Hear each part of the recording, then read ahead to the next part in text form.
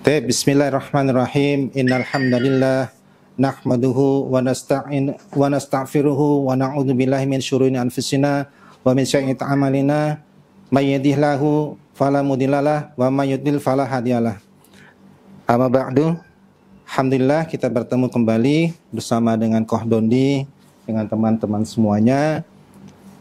Dalam hal ini kita ingin mengetahui cerita perjalanan menggapai hidayah daripada Koh Dondi itu seperti apa ya Koh Dondi? Menggapai hidayah ya. Baik, assalamualaikum warahmatullahi wabarakatuh. Waalaikumsalam. Alhamdulillah rabbil wassalatu wassalamu ala rasulillah.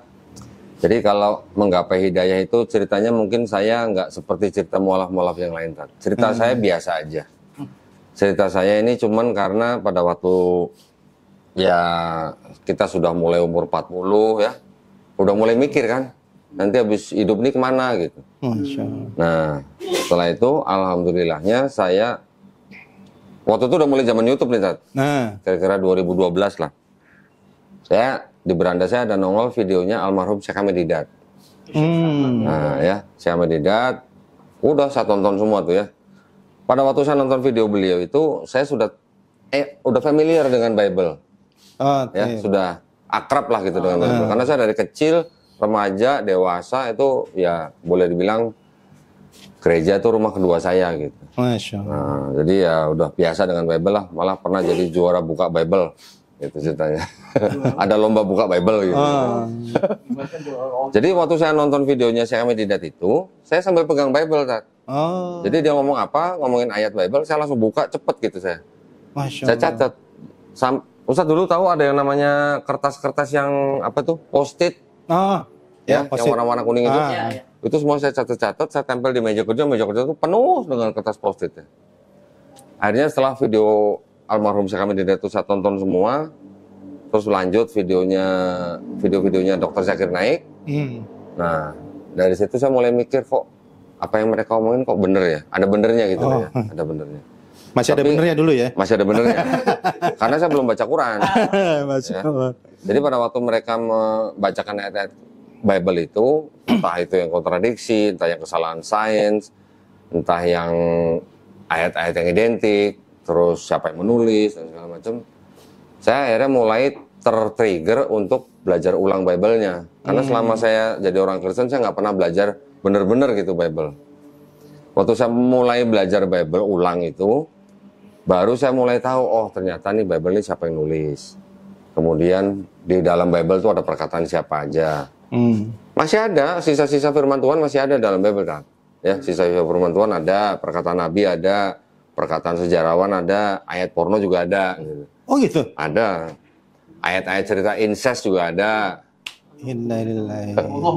Nah, jadi setelah itu barulah saya mulai belajar ulang. Ternyata saya baru tahu, oh kalau begitu Bible ini menurut saya pada waktu itu saya nggak bisa katakan sebagai kitab suci, Tat. Kenapa? Karena ya itu tadi ada ayat-ayat yang tidak asli. Atau tidak otentik. Sekarang Ustadz punya Quran, ya.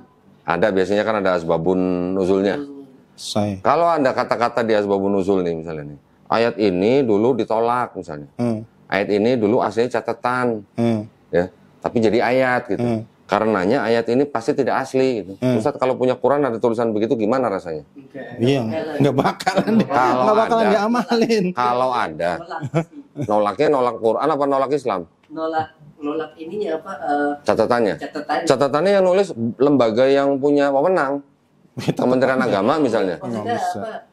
Ayatnya itu ya berarti mengatakan bahwasanya itu bukan kitab suci. Nah iya. Udah kita udah enggak. Nah iya. Jadi kalau ada catatan seperti itu berarti kan situ mikir, oh ini berarti bukan kitab suci. Iya. Ya.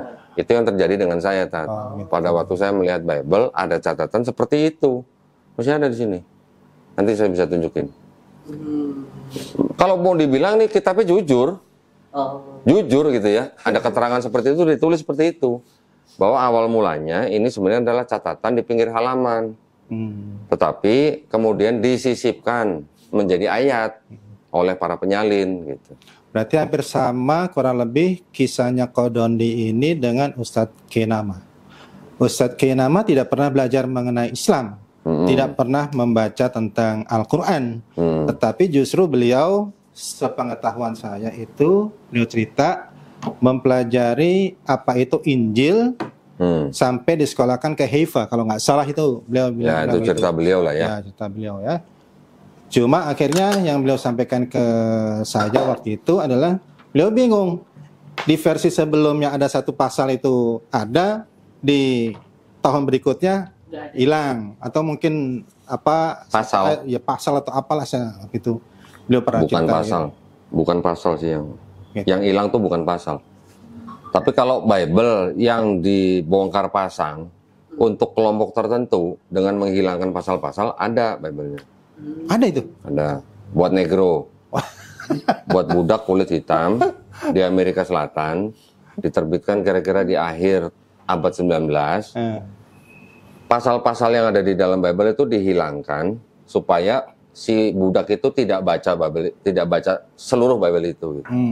Tujuannya apa? Supaya kelompok budak itu tidak berontak. Itu ada. Nah, jadi setelah saya mempelajari ulang, setelah saya tahu itu, akhirnya saya yakin, oh ini bukan kitab suci gitu. Akhirnya kan baru saya belajar Quran. Oh gitu. Ya, belajar Qurannya maksudnya baca terjemahan gitu ya. Bukan udah ikro gitu, bukan. Itu masih dari surat apa dulu kok? Masih butuh waktu. Waktu itu saya sih nggak urut ya. Tapi yang saya pelajarin adalah tentang ayat-ayat yang berhubungan dengan sains. Oh. Oke. Ternyata kan di dalam Quran itu kira-kira ada 1000 ayat yang berhubungan dengan sains. Dari 1000 ayat itu kira-kira sudah ada 800 ayat yang sudah terkonfirmasi dengan sains zaman sekarang. Gitu. Saya kan mikir, kok bisa ya? Zaman itu, 1400 tahun yang lalu, ayat-ayat itu sudah ditulis, yang mendengar ayat itu juga mungkin nggak tahu artinya, tetapi baru terkonfirmasi baru sekarang. Gitu. Dikonfirmasikan oleh siapa? Oleh sains. Karena kita sekarang hidup zaman sains kan? Ya. Berarti pada waktu kita sekarang hidup zaman sains, 1400 tahun yang lalu, Quran itu ditulis, sudah mencakup ada sainsnya. Oke. Padahal waktu Quran diturunkan, bangsa Arab pada waktu itu kan hidup pada zaman syair. Diturunkanlah Quran dengan syair yang begitu tingginya, melewati semua juara-juara syair yang di Arab itu kan. Mereka bahkan bilang ini Nabi Muhammad SAW nih tukang sihir gitu. Karena bisa membacakan syair-syair yang jauh melebihi mereka. Mereka juara-juara syair tapi nggak ada apa-apanya gitu kalau dibanding dengan ayat-ayat Quran. Gitu. Pada saat itu sudah ada ayat-ayat yang berhubungan dengan sains. Terkonfirmasinya baru sekarang. Nah, yang saya baca memang pada saat itu, yang pada waktu saya belajar tuh itu dulu, Tat. Ya. Apa benar ayat yang ditulis 1400 tahun itu terkonfirmasi dari sekarang? Nah, yang saya pelajarin artikel daripada sains yang zaman sekarang itu, yang saya pelajarin. Terkonfirmasi atau mengkonfirmasi ayat-ayat yang ada di dalam Quran. Contohnya apa? Banyak sekali contohnya. Bisa. Gunung, misalnya. Gunung dikatakan itu di Quran sebagai pasak. Ya. Ustadz pernah lihat gunung? Kan menjulang tinggi ke atas. Itu ternyata baru kepalanya doang, Tat. Ya. Badannya, akarnya di bawah, itu jauh menghunjam ke dalam bumi. Jadi kalau gunung tertinggi apa misalnya? Everest. Tingginya berapa? 8.800 meter. Jadi hampir 9 kilo ya. Akarnya berapa kilo tau nggak? 125 kilometer. Bukan 125 meter ya. 125 kilometer. Jadi kalau kepalanya 9 kilometer tingginya, di bawahnya akarnya tuh sampai 125 kilometer. Yang ngomong siapa? Apakah orang Muslim? Bukan. Yang ngomong ternyata geologis. Kira-kira 50 tahun yang lalu, yang saya ingat itu banyak sih ya geologis yang saya baca. Salah satu yang saya paling ingat itu ada di buku judulnya The Earth, Bumi, yang menulis Profesor Frank Press namanya. Nah, kok bisa di Quran 1400 tahun yang lalu dikatakan sebagai pasak, ternyata sekarang ada buku sains tentang geologi, tentang gunung, mengatakan bahwa gunung itu bisa dikatakan sebagai stake atau pack bahasa Inggrisnya. Pack atau stake itu dalam bahasa Inggris, kalau terjemahkan bahasa Indonesia itu pasak. Kemudian ada lagi, alam semesta itu mengembang. Ada nggak sains yang pernah ngomong begitu? Saintis yang pernah ngomong begitu? Seingatannya sih belum pernah sih. Belum pernah dengar? Belum pernah dengar. Belum pernah dengar Stephen Hawking? Oh, iya. saya ngomong begitu. Ngomong apa? Bahwa alam itu bakal menyusut ya, Bukan menyusut, berkembang, mengembang. mengembang ibaratkan balon. Ya. Makin ditiup, Ya. makin besar. Apakah Stephen Hawking baca Quran? Enggak. Dia ngomong begitu? Enggak. Dia berdasarkan penelitian dia tentang astronomi, tentang alam semesta. Kok dia bisa-bisanya ngomong alam semesta itu berkembang, mengembang gitu. Quran begitu sama, ya kan? Embriologi. Iya. Seorang profesor namanya Kit Elmore. Profesor Kit Elmore, dia adalah guru besar tentang embriologi di semua perguruan tinggi yang bidang embriologi itu semua pakai buku dia, semua baca buku dia. Dia udah nulis buku berdasarkan penelitian yang menggunakan alat mikroskop, dia bisa menulis atau menyusun atau menceritakan perkembangan daripada embrio di dalam rahim ibunya. Sekian minggu begini, sekian minggu begini, sekian minggu begini. Kok sama Quran? Nah, pada waktu dia sudah punya buku itu, dia diberitahu ada ayat-ayat seperti itu dalam Quran. Akhirnya dia diundang sama pemerintah Arab Saudi untuk meneliti di sana. Akhirnya bikin konferensi pers. Seorang anak pendeta dari gereja Kristen Presbyterian di konferensi pers di Arab Saudi dia mengatakan bahwa apa? Tidak mungkin Quran ini karangan Nabi Muhammad. Karena Nabi Muhammad pada waktu itu belum punya mikroskop. Saya bisa menulis buku saya karena saya pakai mikroskop. Bagaimana mungkin seorang yang zaman dulu bisa menulis hal seperti ini tanpa mikroskop? Jadi dia berani mengatakan bahwa Quran itu udah pasti bukan tulisan Nabi Muhammad SAW, tetapi adalah berasal dari Tuhan Sang Pencipta. Seorang kafir mengatakan seperti itu. Ya, walaupun dia nggak masuk Islam, karena dia dari kecil diajarkan oleh bapaknya yang pendeta itu bahwa Tuhan itu cuma satu, semua sama, istilahnya cuma cara beribadahnya yang berbeda. Saya tidak membaca bahwa dia masuk Islam.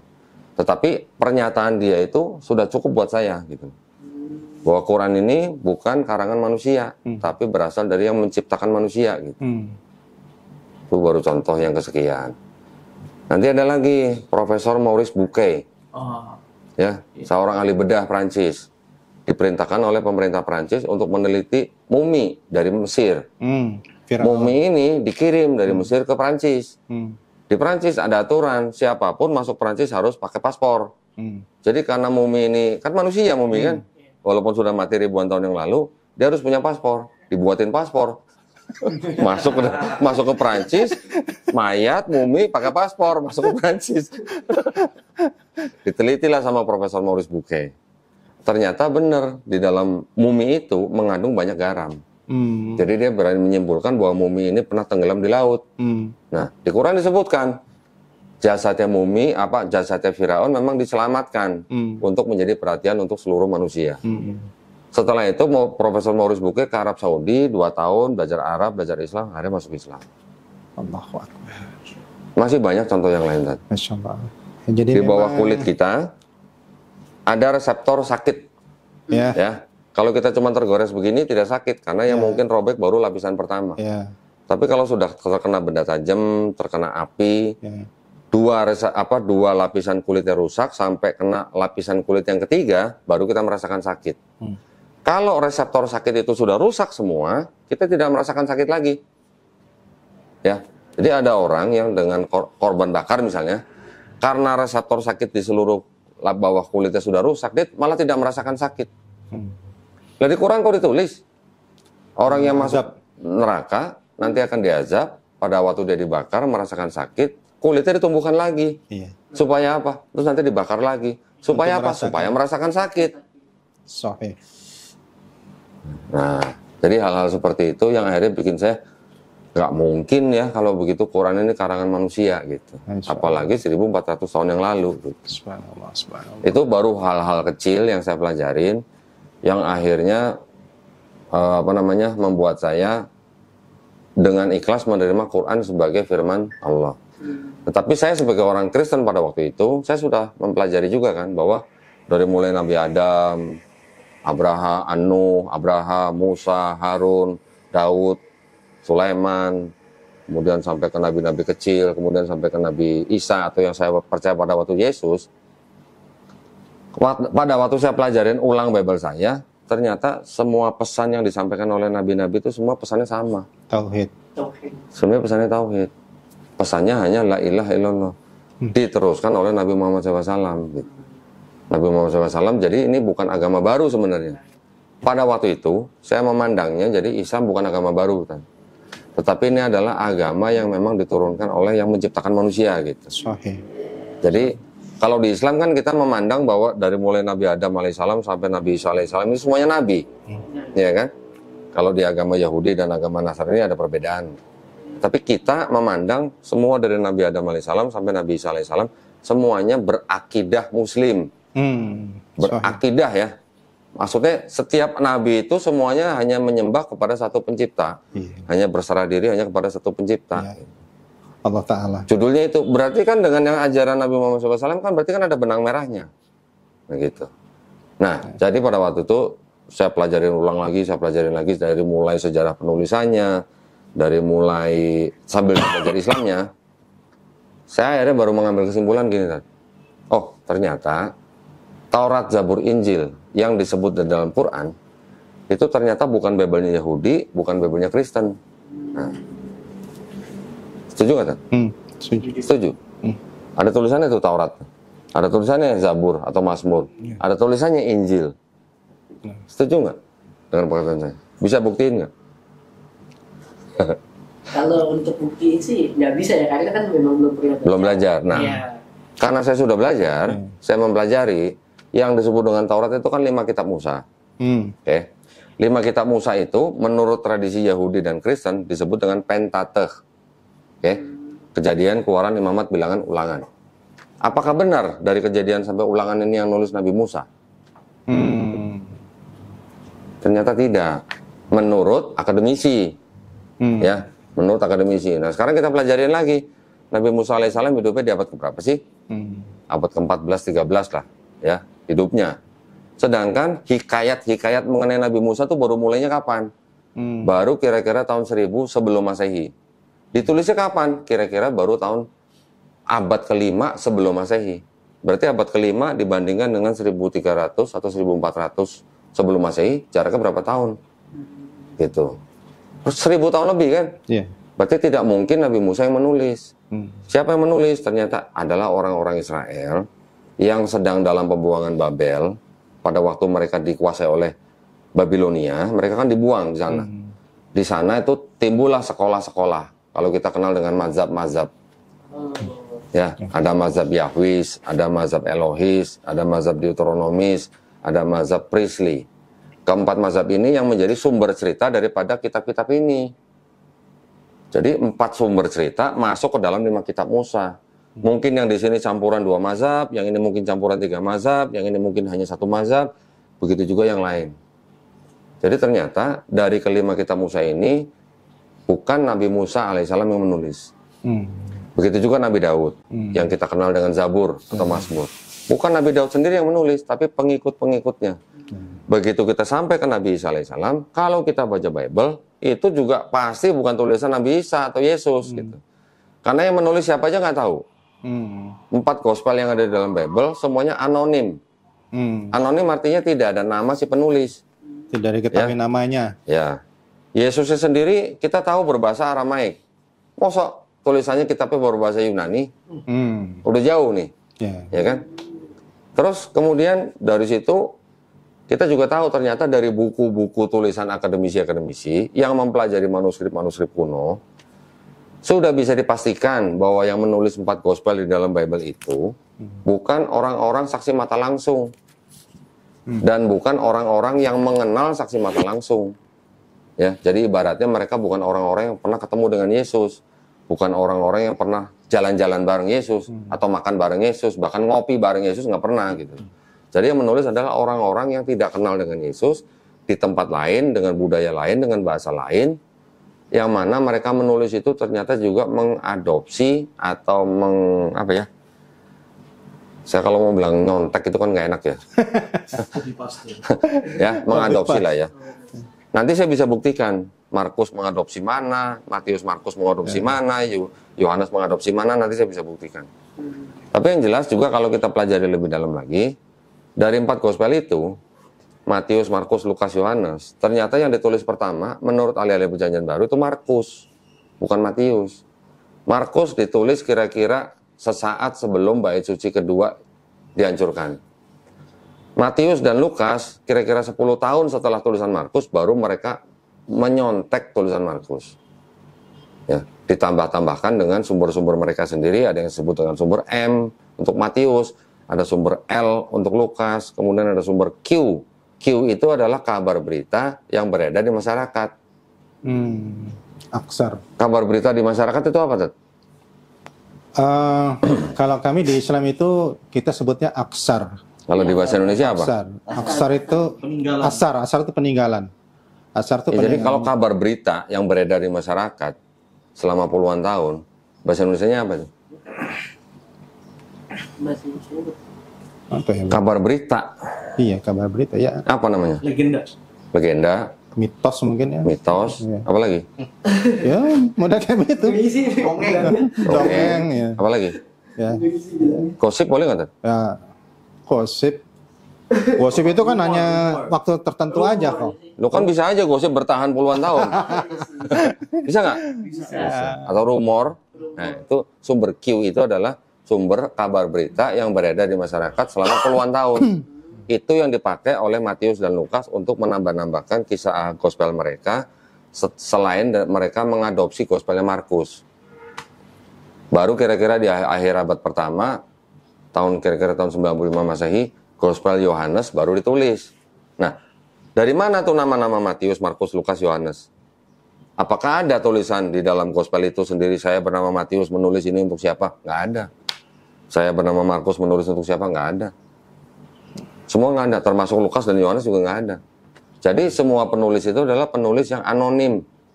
Tidak ada namanya. Memang pada zaman itu, yang namanya saya menulis atas nama Mas siapa tadi? Rofiai, itu boleh, diperbolehkan. Itu namanya forgery, bahasa Inggrisnya. Majhul. Ya, Forgery. forgery artinya. Boleh dikatakan pemalsuan, saya menulis atas nama dia, tapi saya nulis. Iya. Itu belum kriminal waktu itu, Tan. Zaman sekarang udah kriminal gitu. Hal seperti itu udah kriminal. Kalau di Islam kita nama itu majhul. Majhul ya. Jadi 4 gospel itu juga semuanya begitu. Jadi nama-nama itu ternyata nama-nama yang diatributkan oleh bapak-bapak gereja di abad kedua. Ada bapak gereja siapa?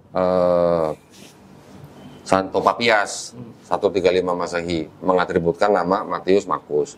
Nanti ada Santo Irenaeus di 185 Masehi mengatributkan keempat nama ini di dalam bukunya Against Heresies.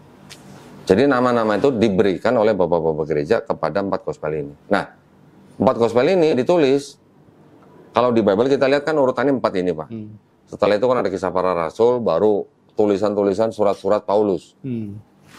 Ternyata kalau kita pelajarin lagi, yang ditulis pertama bukan 4 gospel ini. Ternyata surat-surat Paulus duluan yang ditulis. Dipindahin dulu. Surat-surat Paulus yang ada 13 surat itu ternyata ditulis mulai dari tahun 48 Masehi. Ada yang 49 sampai 51 Masehi. Nanti saya ada daftarnya, saya bisa tunjukkan. Nanti ada yang 51 sampai ke 65 atau 67 Masehi.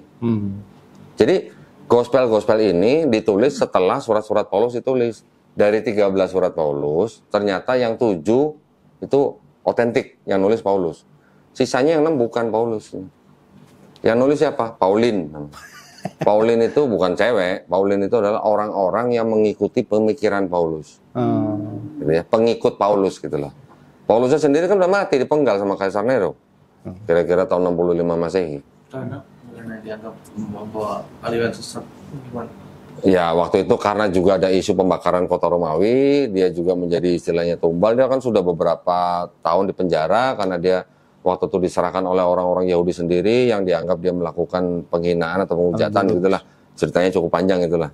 Nanti ada perjalanan Paulus dari Yerusalem sampai ke Roma. Nanti ada kejadian beberapa kali di tempat-tempat yang dia singgahin. Itu ceritanya cukup panjang. Tapi pada akhirnya Paulus itu memang dipenggal oleh Kaisar Nero sendiri. Nah, pada waktu kita melihat Bible, ada perjanjian lama, ada perjanjian baru. Di perjanjian lama, tadi saya bilang, ajarannya tauhid. Di perjanjian baru, yang 4 gospel ini, saya bisa katakan tauhid sebenarnya. Karena ajaran Yesus di situ minta hanya untuk menyembah Tuhan Allah atau Bapa saja gitu. Ya. Tetapi pada waktu kita baca tulisan-tulisan Paulus, ini yang sudah mulai berubah. Yesus di sini tidak pernah mengajarkan dosa waris. Yesus di sini hanya menyuruh orang Bani Israel untuk bertobat saja supaya bisa masuk kerajaan sorga. Tetapi begitu kita baca tulisan-tulisan Paulus, ada yang namanya dosa yang menjalar dari Adam dan Hawa kepada seluruh manusia. Itu namanya dosa waris. Semua manusia sudah berdosa, tidak bisa kembali kepada kemuliaan yang sudah Tuhan berikan pada zaman seperti pada zaman Adam dan Hawa. Manusia itu tidak bisa selamat sendiri. Dia bisa selamat hanya kalau dia percaya Yesus sudah mati di atas kayu salib untuk menebus dosa mereka. Untuk menebus dosa waris. Mau nanya, maksud dari perjanjian lama sama perjanjian baru itu apa ya? Maksudnya kan atau saya tunjukin ini aja ya. Ya, kalau misalnya di Islam kan ada tuh madhab, misalnya madhab al-Imam Syafi'i. Nah, kalau beliau kan ada qaul qadim sama qaul jadid. Nah, kadang kalau qaul qadim kan udah nggak dipakai lagi kan ketika qaulnya itu qaul jadid. Nah, Ya, ketika pindah dari Baghdad ke mana ke Mesir, jadi udah ada pendapat lagi. Kalau Ketika pindah ke suatu tempat, hukum yang diberikan di dalam mazhab Syafi'i bisa berubah sesuai dengan kondisi tempat tersebut, gitu kan? Ini nggak ada hubungan sama itu, nggak ada urusan sama itu. Makanya nih ya, saya tunjukin aja ya. Ini, saya sebut kristologi kilat aja ya. Kristologi kilat ini hanya beberapa slide, tapi mudah-mudahan bisa mencakup semua nih. Nah, kita ini kan kalau secara akademis, yang disebut dengan agama samawi kan 3. Ada Yahudi, Kristen, Islam. Ustadz setuju secara Muslim? Saya setuju. Sebagai Muslim setuju? Saya setuju. Anda setuju? Mas Rofi setuju? Hah? Setuju. Saya tidak setuju, Tad. Kenapa? Kenapa? Yang agama samawi yang mana? Benarkah Kristen masuk agama samawi? Oh, Taib. Kalau Kristen, memang itu bukan, kalau kita mengacu pada terminologi Kristen, itu dia nggak punya agama dia. Makanya tadi saya bedakan. Kalau secara akademisi, yang disebut agama samawi 3. Ya, nggak ada. Gitu. Tapi sebagai Muslim, setuju nggak agama samawi 3? Enggak. Nah itu yang pertanyaan saya. Ya, nggak. Sebagai Muslim tadi. Oh, sebagai Muslim enggak. Kan tadi saya bilang sebagai Muslim. Ya, ya. Apa? Saya diri Jebak mulu kalimatnya. Apa? Jebak. Kan tadi saya tanya sebagai Muslim kan? Sebagai Muslim, kita harus punya keyakinan bahwa yang namanya agama samawi cuma satu. Ya, satu. Cuma Islam aja. Ya. Nah, tadi kita bicara kalau kita sekarang for the sake of discussion lah ya. Ya, for the sake of discussion kita anggap ini 3-3-nya semua samawi dulu nih. Kitabnya kita bisa tahu di Yahudi itu ada kitab Tanakh namanya. Nah, Tanakh itu ini, Tanakh itu ini. Tanakh itu singkatan dari Torah, Nevi'im, Ketuvim. Torah yang tadi saya sebut 5 kitab Musa. Nevi'im itu kitab yang menceritakan nabi-nabi. Nevi, nabi sama kan? Ketuvim itu adalah tulisan dari orang-orang bijak, termasuk tulisan nabi-nabi itu sendiri. Jadi di dalam Ketuvim itu nanti ada kitab yang namanya Mazmur, yang kita kenal dengan Zabur. Oke? Torah yang tadi saya sebut 5 kitab Musa. Nah, ini adalah Bible-nya orang Yahudi. Oke? Ini Bible-nya orang Yahudi. Dalam bahasa Ibrani. Disusun kira-kira tahun 450 sebelum Masehi. Ya kan? Ini pada waktu kira-kira abad ketiga sebelum Masehi, kira-kira tahun 270 sebelum Masehi, ini diterjemahkan ke dalam bahasa Yunani menjadi kitab ini. Nah, ada nama kitab namanya Septuaginta. Ya, Septuaginta ini terjemahan dari sini, dari bahasa Ibrani menjadi bahasa Yunani. Gitu ya. Yang memerintahkan namanya Raja Ptolemy II di Alexandria, Mesir. Alexandria, Mesir pada waktu itu kan sebagai daerah jajahannya Yunani, diberi kuasaan sendiri. Raja Ptolemy itu sebagai raja boneka, dia punya dinasti sendiri. Alexandria itu menjadi apa ya, kayak tempat perpustakaan lah, pusat perpustakaan lah, sumber ilmu lah. Ya, maktabahnya. Ya, jadi karena mereka nggak bisa baca Ibrani, orang Mesir yang berbahasa Yunani itu, mereka minta 72 rabi-rabi dari Yerusalem di bawah pimpinan Rabi Eleazar untuk menerjemahkan ini dari bahasa Ibrani menjadi bahasa Yunani. Tapi hanya yang Torah, yang 5 kitab Musa. Ya. Yang Nevi'im dan Ketuvim itu diterjemahkan oleh orang-orang Yahudi yang berada di Alexandria Mesir juga, yang boleh dikatakan sudah terpapar oleh ajaran Helenisme. Apa itu? Kalau kita tahu bangsa Yunani itu kan mengikuti atau mempunyai sistem kepercayaan disebut dengan Helenisme. Dewi Helen. Oh, Dewi Helen. Ya. Mereka mempercayai dewa-dewa kan? Dewa-dewa. Dewa Zeus. Ini dewa Zeus ini adalah dewa yang dianggap dewa paling tinggi gitu. Dewa paling tinggi ini dewa yang selamitan gitu. Lihat perempuan muda cantik dihamilin punya anak Perseus. Nanti lihat perempuan muda lagi cantik dihamilin punya anak Hercules. Berarti sama kayak Aphrodite gitu ya, dewa-dewi gitu. Aphrodite, Gaia. Ya, jadi kan Yunani memang sudah punya sistem kepercayaan yang disebut dengan Hellenistic filosofi. Orang-orang, nah sekarang gini, ini saya mundur dulu ya. Bangsa Israel pada waktu dari mulai Nabi Yakub alaihissalam punya 12 anak. Ya, makanya disebut Bani Israel. Ya kan? Anak yang bernama Yusuf yang menjadi nabi itu kan dibuang oleh saudara-saudaranya, dimasukkan ke dalam sumur, kemudian dijual ke orang Mesir, sampai akhirnya Nabi Yusuf alaihissalam menjadi pejabat di Mesir. Dan menteri. Ya kan? Kemudian baru keluarganya, anak-anak Nabi Yakub alaihissalam dan Nabi Yakub dan seluruh keluarganya pindah ke Mesir. Setelah pindah di Mesir, mereka beranak pinak malah jadi budak. Gitu kan? Bani Israel kan menjadi budak di bangsa di Mesir. Sampai akhirnya dibebaskan oleh Nabi Musa alaihissalam. Ya kan? Selama menjadi budak, bangsa Mesir nyembah siapa? Bangsa Mesirnya maksud saya. Mesirnya ya. Kalau dalam Al-Quran itu dia bangsa Mesir itu nyembah ke Fir'aun.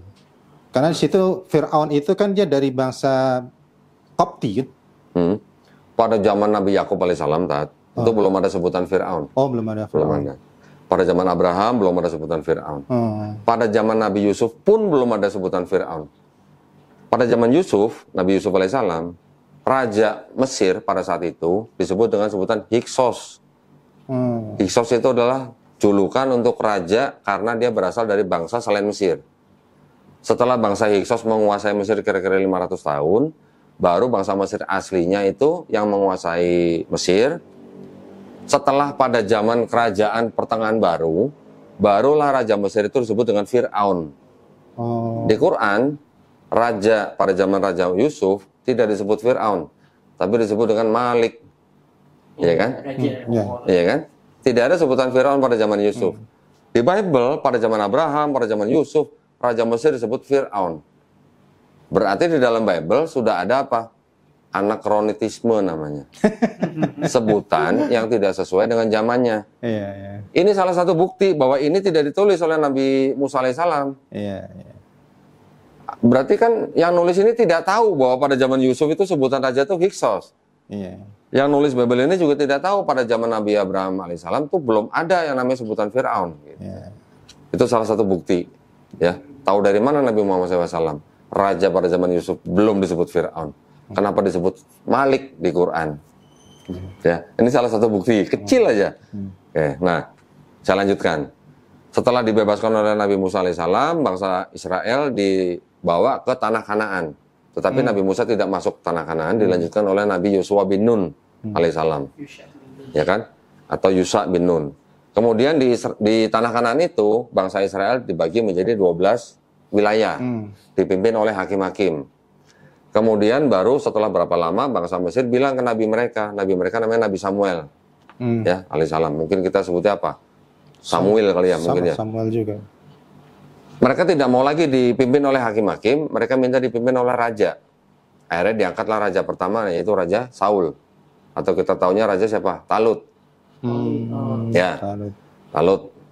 Terus setelah Saul meninggal, diteruskan oleh Nabi Daud alaihissalam, diteruskan oleh Nabi Sulaiman alaihissalam. Pada zaman Nabi Sulaiman alaihissalam barulah dibangun Bait Suci yang pertama.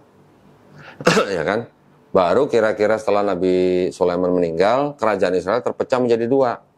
Kerajaan Israel Utara dan Kerajaan Israel Selatan. Kerajaan Israel Utara ditempati oleh 10 suku Israel.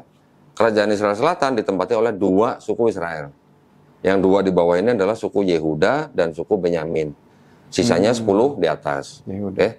Setelah menjadi kerajaan Israel utara dan selatan, masuklah bangsa Assyria. Israel utara dikuasai oleh Assyria. Assyria pagan bukan, Tan? Pagan. Pagan. Mesir juga pagan kan? Pagan. Mesir juga pagan. Setelah kira-kira berkuasa 150 tahun, masuklah bangsa Babilonia, Assyria dikalahkan, utara dan selatan kerajaan Israel dikuasai oleh bangsa Babilonia. Barulah orang-orang Israel ini dibawa ke Babel atau Babilonia. Babilonia pagan bukan, Tan? Pagan juga. Pagan. Ada Namrus, ada Tamrus, ada Semiramis. Ya. Setelah sekian ratus tahun juga, baru masuklah bangsa Persia.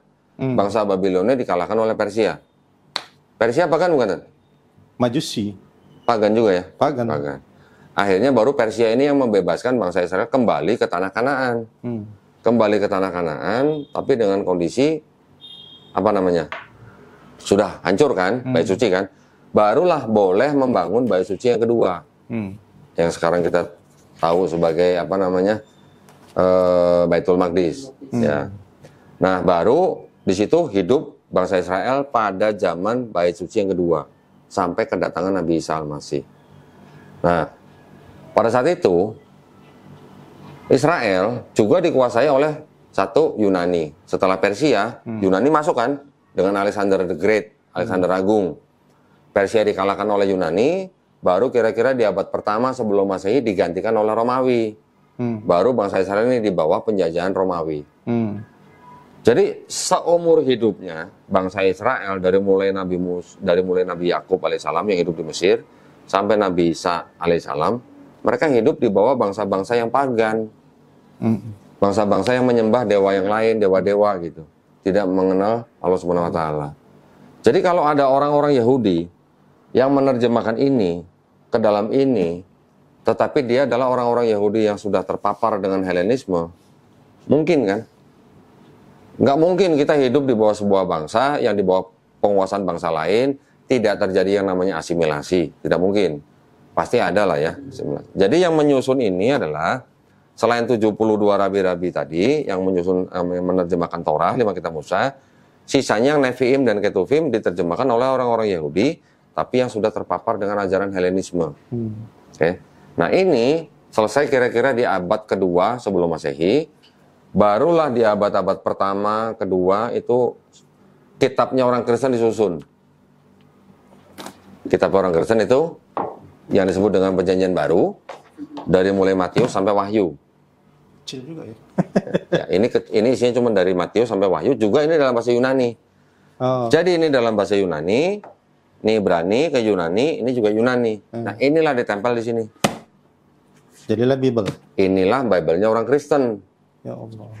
Jadi kalau saya bilang ini Bible-nya orang Yahudi, ini Bible-nya orang Kristen. Ini copy paste gitu. Ya. Tetapi yang ini apakah isinya sama persis dengan ini? Enggak. Tidak sama persis. Apakah orang Yahudi yang pegang ini kalau dikasih ini mereka mau baca? Enggak. Jadi orang Yahudi kalau dikasih ini dibuang tempat sampah. Iya. Oke. Jadi yang dirubah, yang di sini dirubah. Untuk apa dirubah? Supaya seolah-olah ini berbicara mengenai Yesus di Perjanjian Baru. Nah, yang ini, yang Septuaginta ini menjadi Perjanjian Lama.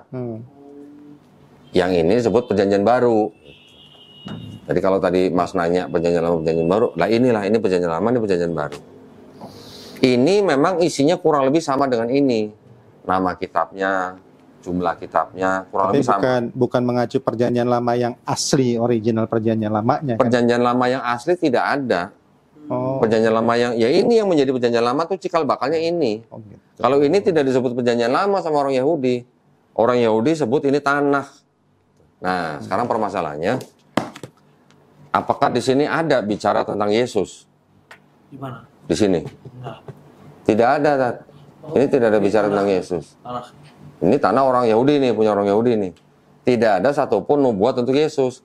Tetapi setelah dia menjadi ini, setelah dia menjadi Septuaginta, barulah diklaim sama Kristen bahwa ini berbicara tentang Yesus di Perjanjian Baru. Sampai di sini ya, paham ya?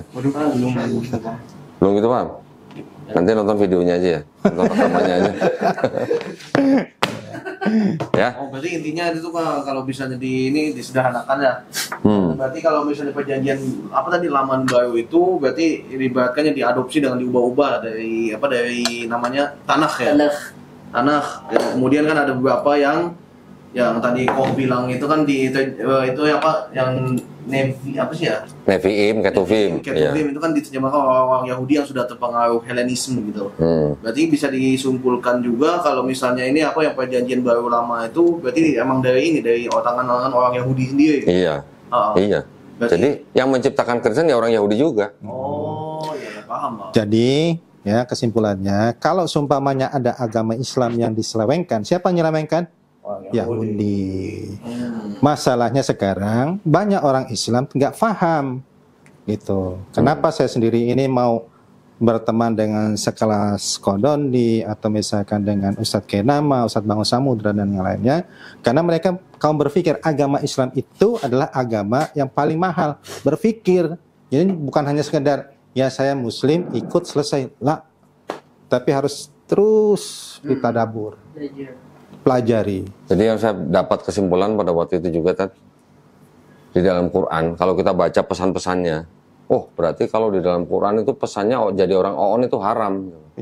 Makanya di dalam Al-Quran itu ya kodon kalau misalkan kodon lihat dari halaman dari juz pertama gitu ya, Al-Baqarah, Allah sendiri bilang, "Dzalikal kitabul la raiba fi." Siapa yang mau bisa menyaksikan?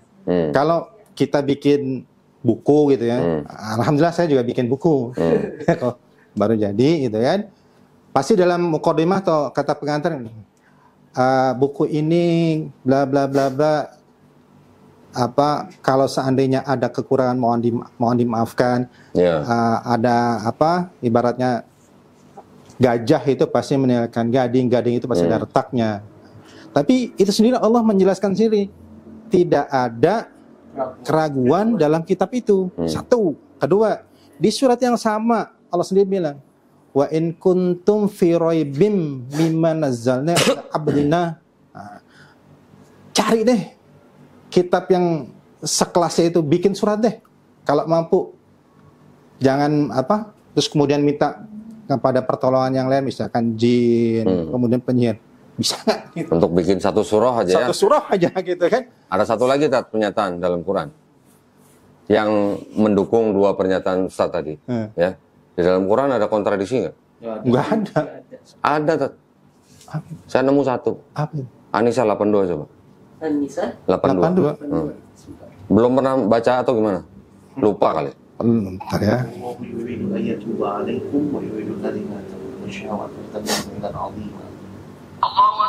S. Iya, berarti di sisi lain Allah ini menerima taubat kan? Mana itu? Ayat 82. Iya. Oh ya, 82 ya. Afala ya. Kalau misalnya seandainya bukan dari Allah, maka akan terjadi banyak perselisihan. Nah, perselisihan apa? Gitu. Kontradiksi kan? Maksudnya perselisihan di sini adalah gini. Ya. Jadi maksud daripada istilafan gitu ya. Perselisihan di sini adalah perselisihan daripada orang-orang yang seenak jidatnya menerjemahkan tafsir Al-Quran tanpa ada ilmu. Gitu. Itu maksud daripada itu. Ya ada kan kontradiksi kan berarti kan di Quran ada kan? Kalau Quran nggak ada kontradiksi. Nah, itu tadi satu itu ikhtilafan itu kan kontradiksi itu. Ikhtilaf itu tadi. Kalau seandainya gini, misalnya. Bukan gitu kan. Ustadz ini belum nangkep. Kalau ini sih kalau menurut walau kana di jelasin kok. Iya ini mau jelasin. Apa sih gimana? Udah di sini gimana? Udah mau jawab. Kalau menurut kan walau kana min indillah, kalau seandainya ini bukan dari sisi Allah, lawajadu pasti akan ada perselisihan Ya perselisihan itu kontradiksi kan? Iya sih. Iya itu ada kontradiksi itu. Artinya, Gimana? berarti ayat itu menegaskan kalau Quran itu bukan berasal dari Allah Subhanahu wa taala, pasti banyak kontradiksi. Iya. Nah, saya akan menemukan satu kontradiksi itu kan. Kalimat kontradiksinya doang. Kalau Satu kata kontradiksi. Iya, Jadi, kalimat kontradiksi benar. hanya Tapi untuk kalau menegaskan. total Ya. the holy Quran itu tidak ada kontradiksi. Iya. Tapi kalau cuman ada kontradiksi, ya sama aja kayak ini kok. Pernah dengar nggak kok? Dulu ada orang Sadeng nih ya, Sadeng. Namanya Ahmad Sadek. Nah, enggak, nama daerah namanya Sadeng. Bogor ke sana dikit. Sadeng. Gitu kan. Ngaku sebagai Nabi Muhammad. Buset. Benar. Kenapa? Karena dalam surat Al-Jumu'ah, surat As-Saff itu, ismuhu Ahmad, anak Ahmad Nabi. Ada kan? Itu bukan sadeng, Tat. Itu namanya sedeng gitu namanya. Ada lagi kok, kalau mau tahu. Itu Lia Edan. Oh, Lia Edan. Lia Edan kan? Ya. Ngaku-ngaku bahwa dia adalah Jibril. Punya Lah, pengikut Jibril, ya. Ponakannya sendiri digebet. Ya. Ya, Intinya gitu, Tat. Jadi seperti tadi Ustaz jelaskan, ada dua pernyataan dan saya tambahin satu lagi. Bahwa kalau bukan berasal dari Allah, pasti banyak kontradiksi. Gitu ya. Nah, saya lanjutkan di sini, Tat nih. Jadi, kalau kita bandingkan Yahudi, Kristen, Islam, di dalam Yahudi juga ada konsep Mesias, ya, atau Al-Masih. Di Yahudi juga ada. Di Yahudi yang disebut dengan Mesias itu bisa imam, raja, atau nabi. Oke. Dan menurut orang Yahudi, Mesias yang dijanjikan dalam kitab mereka ini, yang dijanjikan nih, ini belum datang, Tat. Ya, jadi ada Mesias yang nanti dijanjikan nanti. Nah, Kristen dengan menggunakan kitab ini, mereka klaim bahwa Mesias itu sudah datang. Siapa? Yesus Kristus. Gitu ya. Karena dianggapnya Yesus Kristus itu yang diurapi katanya. Tetapi menurut orang Yahudi, yang dimaksud dengan Mesias yang dijanjikan ini, satu, dia harus keturunan langsung daripada Nabi Daud alaihissalam. Oke? Yesus bukan anak kandung, bukan anak langsung, artinya dia adalah anak adopsi daripada Yusuf. Atau ya, suaminya Maria kan Yusuf. Yang disebut dengan keturunan Daud itu yang Yusuf. Tapi Yesus bukan anak kandung Yusuf, jadi anak adopsi katanya. Kalau anak adopsi di Yahudi ditolak, itu nggak bisa disebut sebagai keturunan Daud. Gitu. Kemudian konsepnya Yahudi lagi, yang namanya Mesias itu datang nanti kalau di bumi ini sudah nggak ada perang, sudah tidak ada orang mengangkat senjata, baru dia datang. Artinya sudah ada kedamaian. Dan Mesias yang mau datang itu, menurut orang Yahudi, itu bukan Tuhan sendiri yang turun jadi manusia. Tetapi memang Mesias itu adalah benar-benar manusia yang lahir dari hubungan suami istri. Nah, kalau Yesus kan bukan. Yesus pada waktu datang juga masih ada perang. Satu lagi, menurut orang Yahudi, Mesias yang mau datang itu adalah Mesias yang datang nanti setelah setiap orang di bumi itu sudah mengenal Hashem, katanya. Hashem itu Tuhan. Kata ganti untuk Tuhan. Nah, Yesus waktu datang, zaman sekarang aja masih banyak orang belum tahu Tuhan kan. Jadi menurut orang Yahudi, Yesus yang disebut di dalam Bible Kristen ini bukan Mesias yang dijanjikan. Bedanya kalau di Kristen, Yesus Kristus itulah Mesias yang dijanjikan. Ya. Dan menurut orang Kristen, Yesus itu kan sudah datang, sudah mati, sudah bangkit, sudah diangkat, nanti akan balik lagi. Menurut orang Yahudi nggak ada konsep begitu. Nggak ada konsep istilahnya Mesias datang sudah menyelesaikan misi, pergi, datang lagi, nggak ada begitu. Gitu. Menurut orang Yahudi. Di Islam kita juga mengenalkan konsep Al-Masih. Tetapi kan konsep Al-Masih kita tidak sama dengan konsep Al-Masih yang di Yahudi. Al-Masih yang kita sematkan kepada Nabi Isa Al-Masih itu bukan berarti dia Al-Masih yang dijanjikan oleh bangsanya sendiri, gitu bukan begitu kan? Hanya Al-Masih yang disematkan kepada Nabi Isa alaihissalam itu adalah karena dia bisa mengobati orang dengan cara mengusap, gitu ya. Kurang lebih seperti itulah ya. Umumnya begitulah. Nah, kemudian kalau kita Yahudi tahu ada sinagog untuk rumah ibadatnya Yahudi, gereja untuk Kristen, Islam adalah masjid. Ada ajaran begini, Tad. Kalau seorang Yahudi pergi ke suatu tempat, di tempat itu dia tidak menemukan sinagog, dia boleh masuk ke dalam masjid untuk bertefilah namanya. Sholat misalnya. Tetapi dia diharamkan masuk ke dalam gereja. Kenapa? Karena menurut mereka, orang Yahudi, masjid adalah tempat untuk menyembah Tuhan yang esa. Sedangkan gereja adalah tempat untuk menyembah berhala. Siapa berhalanya? Menurut orang Yahudi. Pernyataan seperti itu harusnya dikoreksi itu ya, Kodandi. Karena sependek pengetahuan saya pribadi, ada hadis yang mengatakan al-masjidu baitul kulli mu'min. Itu hadisnya sanadnya sahih gitu. Jadi artinya masjid itu adalah rumah untuk orang-orang yang beriman. Nah, apabila misalkan ada orang misalkan Yahudi atau kafir misalnya ya mau ke sana, dalam rangka apa? Kalau semuanya ada yang membimbing di sana, dalam rangka ingin belajar bagaimana sih tata cara beribadah, bagaimana hukumnya? Boleh saja gitu loh. Tapi kalau kemudian di sana ada orang Yahudi kemudian melakukan ritual-ritual Yahudinya itu yang kalau menurut saya sih nggak boleh ya. Belum pernah lihat orang Yahudi tefillah di masjid. Di Timur Tengah banyak begitu. Di Palestina. Saya pernah bawa orang Yahudi pada jam sholat asar. Kita sama-sama ke masjid. Saya sholat ikut shaf di depan, dia paling belakang sendiri. Sholat mereka kurang lebih hampir sama dengan kita, cuman jumlah gerakannya yang berbeda dan bacaan-bacanya yang berbeda. Itu adalah ajaran Yahudi, gitu ya, yang mengajarkan awalnya tuh namanya Rabi Maimonides. Di abad-abad ke awal lah, pertengahan lah. Jadi gitu, pandangan mereka, pandangan Yahudi terhadap Islam adalah agama yang pure monoteistik. Tuhannya orang Islam dianggap sama dengan Tuhannya orang Yahudi. Ya, Tuhannya Abraham, Ismail, Ishak dan Yakub. Orang Yahudi mengakui itu. Gitu. Tetapi mereka akan menganggap Kristen sebagai apa namanya? Avodah Zarah namanya. Avodah Zarah itu adalah penyembah asing. Penyembah berhala gitu ya. Siapa yang dimaksud dengan berhala oleh orang Yahudi di dalam Kristen? Ya Yesus itu. Karena Yesus yang disembah oleh orang Kristen. Gitu ya. Nah, terus kemudian ada Afan. Ini menarik nih. Tapi kayaknya anak harus ngajar apa? Jam berapa tadi? Pada maghrib sih. Alah, bentar lagi dong berarti. Iya, pada maghrib gitu. Soalnya nanti kalau misalnya itu mungkin dijadwal lagi kali ya, Vi. Boleh. Saya pikir Ustadz udah selesai mengajar tadi. Belum saya. Jadi kalau anak itu setelah anak berhijrah, anak memang memfokuskan di dunia dakwah. Kalau ditanya pekerjaan anak pensiun. Pengangguran. Pengacara berarti? Pengacara, pengangguran, punya banyak acara. Gitu kan. Sehari-hari anak cuma itu ngajar, ngasih taksin. Akidah. Akidah. Akidah, kemudian fikih gitu. Itu yang anak kuasai. Kalau Ustadz Rofi ini dia ngajar tahsin sama lughah ya antum ya? Sama lughah gitu. Sama lughah.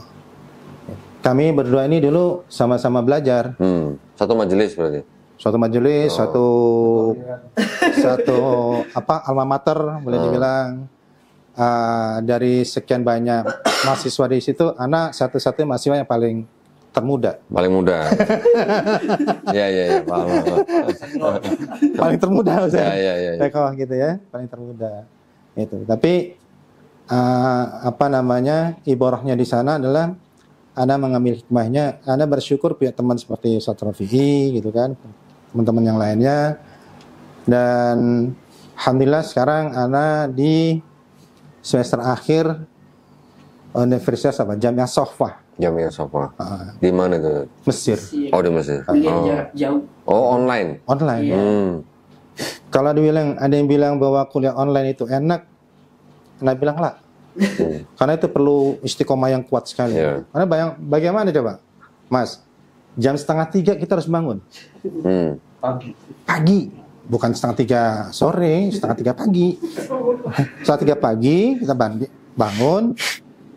Kalau pertama-tama itu anak bangun cuma nyeduh teh, buka laptop untuk Zoom, untuk untuk login daftar absen gitu, ngantuk. Jadi mandi, lanjutkan dengan sholat lail. Habis sholat lail, dibilang di grup, syekhnya sudah datang.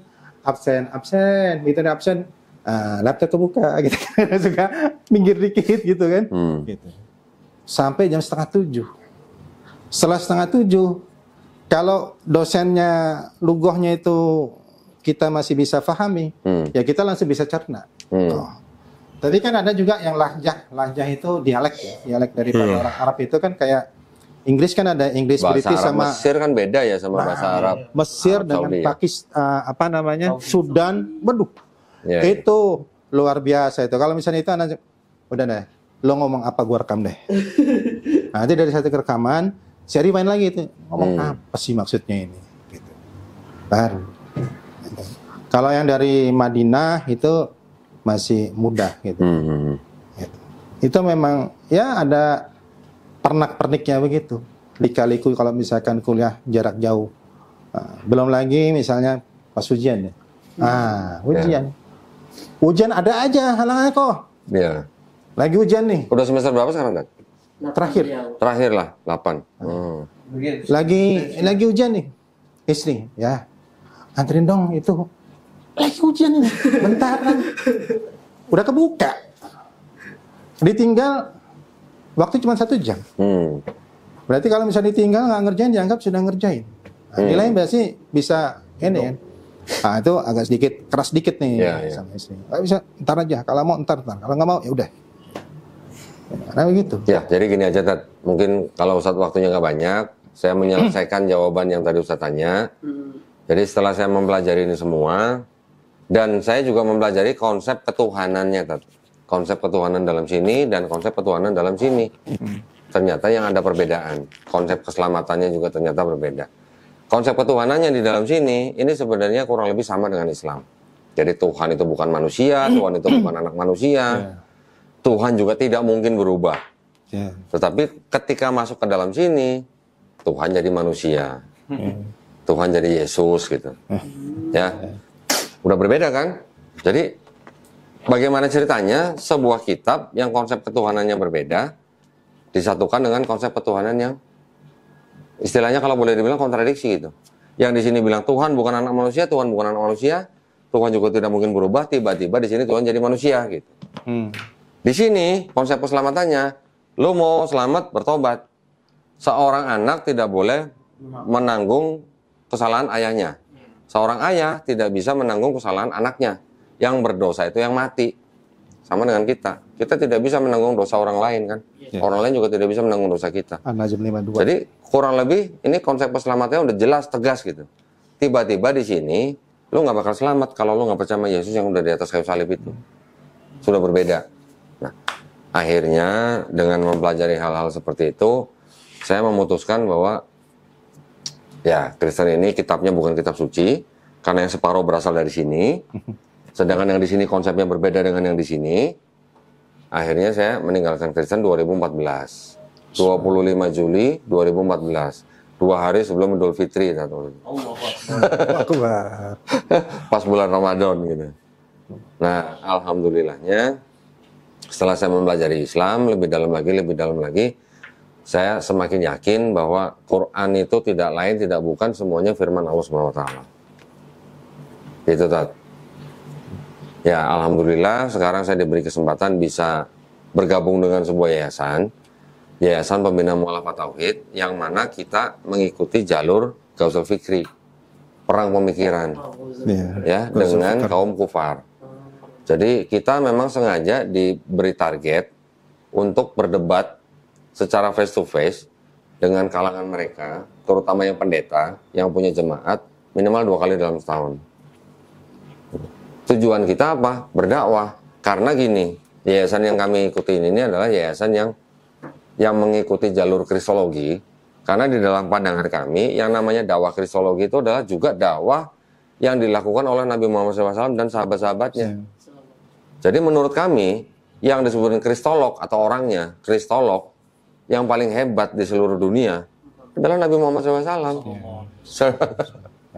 Gitu, Tat. Jadi pada waktu Nabi masih hidup, pada waktu sahabat sudah mulai hijrah atau mengungsi, pada saat Nabi sudah hijrah ke Madinah, yang dihadapin kan juga orang-orang Yahudi dan orang-orang Nasrani. Sahih. Jadi ilmu yang didapatkan oleh Nabi Muhammad SAW, yang dia sampaikan kepada orang-orang Yahudi dan orang-orang Nasrani pada saat itu, di tempat itu, itulah ilmu kristologi yang paling hebat sebenarnya. Karena berasal langsung dari Allah Subhanahu wa Ta'ala. Gitu. Kalau kita semua belajar kan baca ini semua nih. Gitu. Ya, Tat, ya. Mudah-mudahan menjawab pertanyaan Ustadz. Kalau memang waktunya belum nanti Mas ini nanti kita bisa sambung lagi. Gitu ya.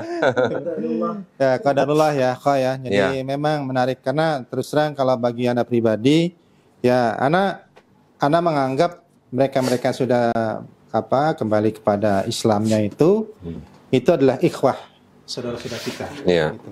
Jadi Anda tidak pernah mengatakan bahwa antum mu'alaf. Mu'alaf itu pertama kali pas menyatakan syahadat itu mu'alaf. Masa mu'alaf terus? Itu. Jadi pas waktu mu'alaf itu pas waktu syahadat. Saya punya nama di belakangnya ada gelar, Tat. Apa itu? MK. Apa itu? Mantan kafir. Kayak Mendingan mantan kafir daripada mantan muslim, Tat. benar. Itu dia. Makanya karena apa? Kalau dibilang mantan kafir itu karena mereka berpikir gitu kan. Kalau berpikir, sedangkan yang mantan murtad itu bukan berpikir, tapi ini dua dari perut ini sampai ke syahwatnya. Di bawah perut. Nah itu, itu. Jadinya ya gimana ya? Nah alhamdulillah Ana sudah coba pelajari itu mengenai itu akidah. Soalnya nanti kalau ada hasil cetakannya lebih, Ana akan berikan Kohdondi. Boleh, silakan, Tat. Hah? Yang buka Ustadz berarti yang nutup Ustadz. Gitu kan. Alhamdulillah kita baru saja perbincangan yang intens, yang santai dengan Kohdondi ya kan, bersama dengan Ustadz Rafi'i, Ustadz Naufal ya. Qadarullah waktu juga Kohdondi gitu ya. Waktu juga di mana Ana juga ada uzur. Padahal saya udah siapin waktu sampai jam 12 malam. Masya Allah. Lah bener, tanya dia tuh. Ini jauh-jauh dari Jati Waringin saya undang sini datang. Masya Allah. Di mana Jati Waringin ya Mas? Oh Jati Cempaka. Ya sama-sama Jati lah, saya Jati Asih juga. Jauh-jauh tadi saya bilang ngapain? Ada kerjaan? Sini datang sih. Nah, malu Ustadz nggak lama, gimana? Insya Allah nanti kita akan lanjutkan pada pertemuan berikutnya ya. Mudah-mudahan kita akan atur kembali waktunya. Ya sekali lagi saya pribadi jazakallah khairan jaza Kohdondi ya, Mas juga ya, makasih Teteh gitu ya, makasih atas kesempatan pada sore hari ini. Insyaallah kita akan bergabung pada channel yang berikutnya. Assalamualaikum Assalamualaikum warahmatullahi wabarakatuh.